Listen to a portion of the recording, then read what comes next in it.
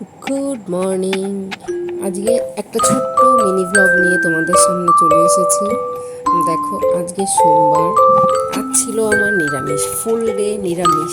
আমি একা থাকলে সাধারণত রান্নাঘরে পাই বাড়াই না, কিন্তু যাই হোক, আজকে একটু মুগ ডাল তাও বা লাউ দিয়ে, তার একটা কারণ অবশ্যই আছে। আমার বৌদির ভাগের লাউ থেকে আমি অর্ধেকটা বলতে পারো ছিনিয়ে নিয়েছি।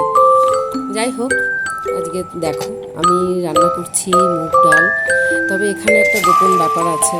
সেই ব্যাপারটা হচ্ছে, আজকে আমি করছি ভাইরাল পটল ভাজা। সেই ভাইরাল পটল ভাজা, এটা দেখতে কুমড়ো ফুলের মতো হয়ে যায়, মনে হচ্ছে কুমড়ো ফুল ভেজেছি। বেশ ভালোই লাগলো আমার। পটলগুলোকে আধখানা করে চিড়ে নিয়ে মাঝে ঝিরিঝিরি করে কেটে সেটাকে আমি একদম পিওর চালের গুঁড়ো আর তার ভেতরে আন্দাজ মতো লবণ, হলুদ, আর যেটা আমার একটু স্পেশাল লাগে সেটা হচ্ছে আমি কিছুটা জোয়ান হাতে ক্র্যাশ করে ওর ভেতরে দিয়ে থাকি। তো এটা আমি নর্মালি সব কিছু বড়া বানালে পারে আমি ওর ভেতরে দিয়ে, আমার ওর ফ্লেভারটা খুব ভালো লাগে। তো যেহেতু পটলটাকে আমি আজকে এইভাবে ভাজছি, ইউটিউবের ভাষায় অথেন্টিকভাবে নয়, ভাইরালভাবে পটলটা ভাজছি।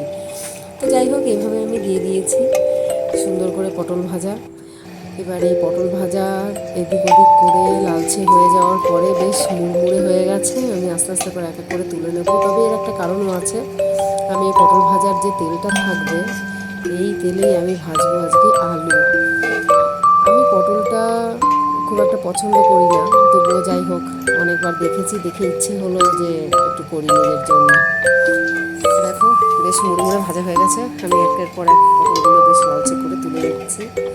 আমি সাধারণত আলু ভাজা করি নিরামিষ দিনে কারি পাতা, কাঁচা লঙ্কা আর একটু পাঁচফোড়ন ফোড়নে দিই। কখনো এক সময় করে দেখবে, খুব ভালো লাগে, খুব ভালো একটা আলাদা রকমের স্মেল আসে, খুব সুন্দর একটা মিষ্টি ফ্লেভার থাকে, ভালো লাগে। কিন্তু আজকে আমি একদম সাধারণভাবেই করব।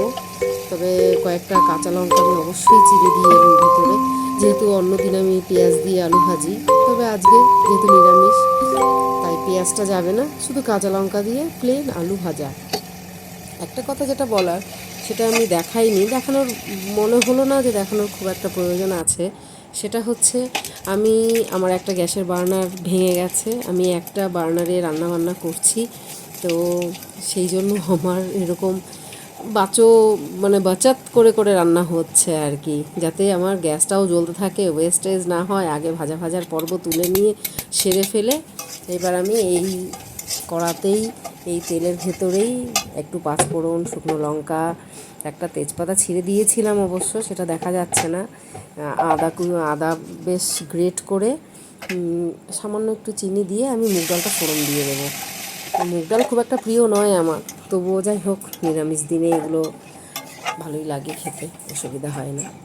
যেটা আমি করেছি প্রথমে, সেটা হচ্ছে আমি প্রথমে ভাত বসিয়েছিলাম। ভাতটা রেডি হয়ে গেলে পরেই, যেই উতলানো হয়ে গেছে, আমি ভাতটাকে নাবিয়ে বাকি সব রান্নাবান্না করে ফেলেছি। এর ফাঁকেই রেডি হয়ে নিচ্ছি, আজ থেকে স্কুলে পরীক্ষা, এরপর আমি স্কুলেও চলে এসেছি। Bye bye.